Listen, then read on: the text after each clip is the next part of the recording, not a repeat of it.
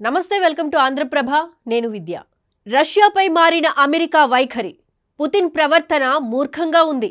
Russia అధ్యక్షుడిపై Trump విమర్శలు.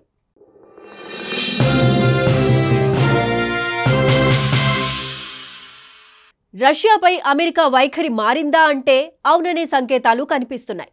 Russia అధ్యక్షుడు Vladimir పుతిన్ను ఎల్లప్పుడూ వెనకేసుకొచ్చే అగ్రరాజ్యాధినేత డొనాల్డ్ ట్రంప్ తన స్వరాన్ని మార్చారు. రష్యా వైమానిక దాడిని ఖండించిన ఆయన పుతిన్పై ఘాటుగా విమర్శలు చేయడం గమనార్హం. ఉక్రెయిన్పై గత కొన్ని రోజులుగా రష్యా భీకర దాడులకు పాల్పడుతున్న నేపథ్యంలో పుతిన్ వ్యవహార శైలిపై డొనాల్డ్ ట్రంప్ ఘాటుగా స్పందించారు. పుతిన్ మూర్ఖంగా ప్రవర్తిస్తున్నారని మండిపడ్డారు. పిచ్చివాడిలా ప్రవర్తిస్తున్నాడని విమర్శించారు. అనవసరంగా అమాయక ప్రజల ప్రాణాలు బలి తీసుకుంటున్నారని ఆగ్రహం వ్యక్తం చేశారు. ఈ క్రమంలోనే ఇది సరైన పద్ధతి కాదన్న ట్రంప్ ఉక్రెయిన్ మొత్తాన్ని పుతిన్ కబళించాలని చూస్తున్నారని పేర్కొన్నారు.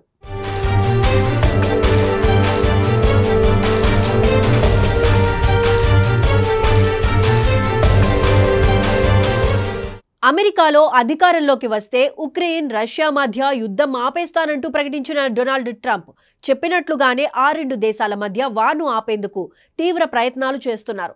30 రోజుల కాల్పుల విరమణను కూడా ప్రతిపాదించగా దీన్ని రష్యా వ్యతిరేకించింది. అదే సమయంలో ఉక్రెయిన్పై దాడుల తీవ్రతను కూడా ఒక్కసారిగా పెంచింది. ఈ క్రమంలోనే డొనాల్డ్ ట్రంప్ ఘాటుగా రియాక్ట్ అయ్యారు.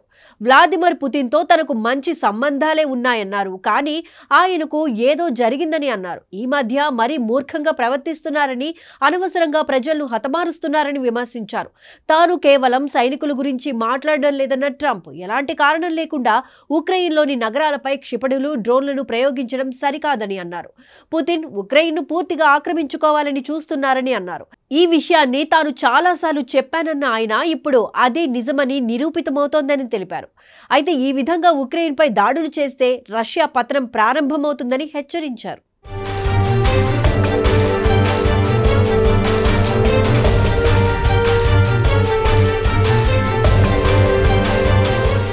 మరోవైపు ఉక్రెయిన్ అధ్యక్షుడు జెలెన్స్కీ తీరుపై కూడా డొనాల్డ్ ట్రంప్ తీవ్ర స్థాయిలో విమర్శలు చేశారు.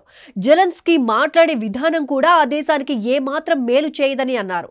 ఆయన మాట్లాడే మాటల వలన సమస్యలు వస్తున్నాయని చెప్పారు.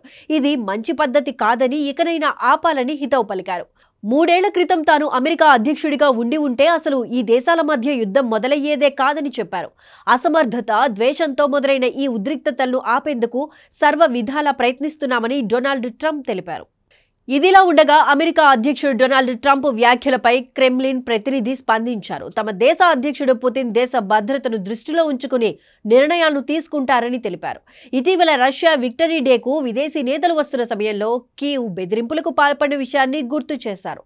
తమకు ఎంతో ముఖ్యమైన రోజని తెలిసి కూడా రష్యాపై కీవ్ డ్రోన్లతో అటాక్ చేయడానికి ప్రయత్నించిందని, వాటిని ఇప్పటికీ కొనసాగిస్తోందని తెలిపారు.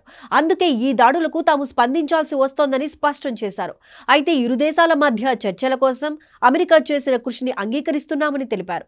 ఈ క్రమంలోనే చర్చల ప్రక్రియ ప్రారంభానికి సాయం చేసిన అమెరికన్లకు వ్యక్తిగతంగా డొనాల్డ్ ట్రంప్కు క్రెమ్లిన్ ప్రతినిధి ధన్యవాదాలు తెలిపారు.